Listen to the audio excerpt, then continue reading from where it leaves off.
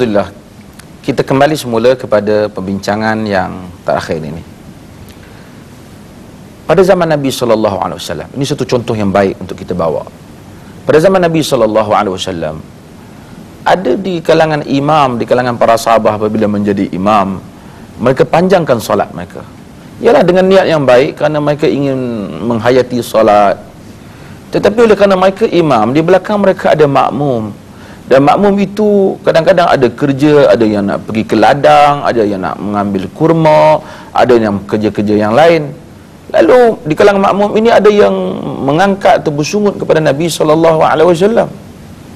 Kita lihat reaksi Nabi SAW.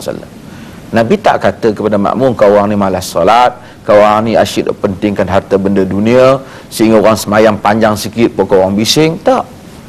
Bahkan Nabi mengkritik imam. Nabi SAW menyebut dalam hadis yang diriwayatkan oleh Imam Al-Bukhari dan Muslim, Nabi kata, ya ayuhan nas, inna minkum munaffirin. Wahai manusia, di kalangan kamu ada yang menyebabkan orang lari daripada agama.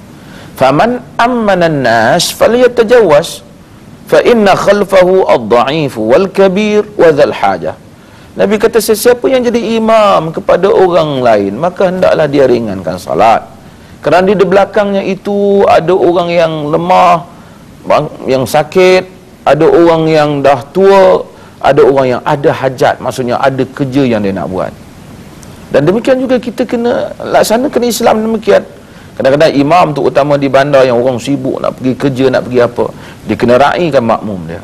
Kadang-kadang kita masuk bersembahyang umpamanya di ni tempat rehat di lebuh raya ni, kadang-kadang kecil saja dia punya tempat salatnya itu.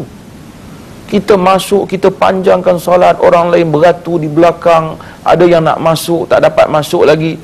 Sedangkan basnya nak berjalan, apa nak berjalan. Kita selalu mengambil pendekatan yang sukar yang seperti ini. Penerangan tentang Islam, sama juga penonton. Penerangan tentang Islam ini, kadang-kadang orang baru masuk Islam sukar nak faham penerangan tentang Islam. Disebabkan kadang-kadang diterangkan tentang akidah Islam itu bukan akidah lagi. Kata Yusuf Al-Qaradawi, dia terangkan falsafah yang disangkakan akidah. Betul, Yusuf Al-Qaradawi mengkritik penerangan falsafah ini dan bukunya Thaqafatul Da'iyah dan buku-bukunya yang lain. Katanya kadang-kadang apa yang disangkakan penerangan yang menyusahkan, ada lawan tiada, dengar, lawannya pekak, lihat, lawannya buta, sehingga yang bukan masuk Islam tu bahasa Melayu pun tak berfaham. Dia kata kenapa Tuhan itu mula-mula ada, betul lawan kemudian tak ada, lepas tu dengar kemudian lawan jadi pekak, kemudian lihat lawan jadinya buta. Lalu dia tidak mendapat intipati sebenar daripada ajaran akidah Nabi SAW. Akidah yang diajar oleh Nabi bukan falsafah, tapi akidah yang mampu membangkitkan para sahabat, akidah yang mampu menjadikan mereka itu pejuang, akidah yang mampu menjadikan mereka sanggup untuk mengorbankan apa saja untuk mempertahankan Islam. Bukan akidah hafalan ataupun akidah nasyid yang kita hafal lalu kita tak faham, tapi akidah yang menusuk ke kalbu. Bila sebut qul huwallahu ahad, faham. Tak payah terang buta tak buta, Allah Maha melihat. Semua para sahabat bimbang dan takut kerana melihat segala-galanya, mendengar segala-galanya. Inilah masalah akidah. Masalah lain pun sama juga. Sidang penonton yang dirahmati Allah, kadang-kadang kita lihat manusia ini dalam nak menerangkan Islam begitu sukar. Saya kadang-kadang mengkritik filem umpamanya. Bila nak tunjuk orang baik dalam drama aja, mesti pakai jubah, pakai janggut, pakai serban, pegang tasbih berjalan. Itulah watak orang baik. Saya bukan anti perkara ini, bagus. Tetapi kehidupan untuk jadi orang baik bukan ditunjukkan kerana dia memakai serban, dia memakai jubah, dia ada janggut, dia pegang tasbih, maka itulah orang baik. Baik dalam Islam ini ditunjukkan melalui apa yang dilakukan, sikapnya pada masyarakat, tanggungjawabnya. Kalau dia pegang tasbih, pegang jubah, jalan, tak ambil hal orang lain, masyarakat kau nak jadi apa kau jadilah, aku dengan tasbih dan jubah aku, ini bukan ciri orang baik. Bahkan Al-Imam Ibnu Jauzi dalam karangannya Talbis Iblis mengkritik orang-orang yang seperti ini, yang berjalan membawa tasbih dan baju buruk, kerana kata Imam Ibnu Jauzi, kerana nak menonjol kepada orang tentang dia orang saleh. Ini ciri-ciri yang sebenarnya katanya ciri-ciri yang mempunyai unsur riak yang tidak baik dalam agama. Kita nak supaya orang rasa orang yang berpakaian kot, orang pakaian baju Melayu, orang pakaian apa, mereka semua dapat menghayati Islam ini di mana-mana saja mereka bekerja. Mereka rasa Islam ini mudah dan dekat untuk mereka. Jadi inilah mesej yang hendak saya sampaikan dalam perbincangan kita kali ini, supaya kita semua kembali kepada Islam seperti mana zaman Nabi.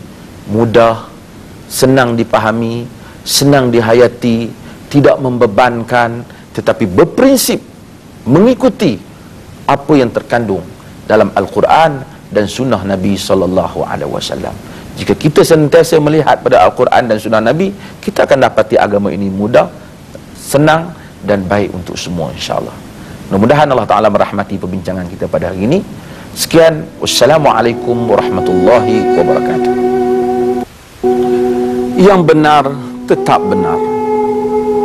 Berkata benarlah walaupun sukar, kerana pada yang benar adanya sinar.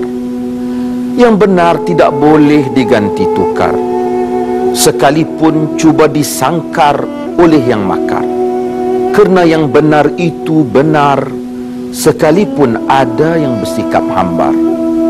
Hantarlah bicara yang benar, agar mengalir ke setiap alur dan datar, ke hutan belukar dan payah terbiar, ke desa yang pudar dan bandar yang besar. Nyatakan yang benar di daerah yang hambar dan kota mekar, di akhbar tersiar, juga TV dan radio terpancar, untuk si miskin yang terlantar dan si kaya yang tersandar. Cakaplah yang benar walaupun tidak dibenar, sekalipun disanggah tegah, disambar kasar. Kerana Tuhanmu adalah Tuhan yang maha benar, Rasulmu ialah obor sabar cahaya sinar. Buat yang benar, maka yang benar itu tetap benar.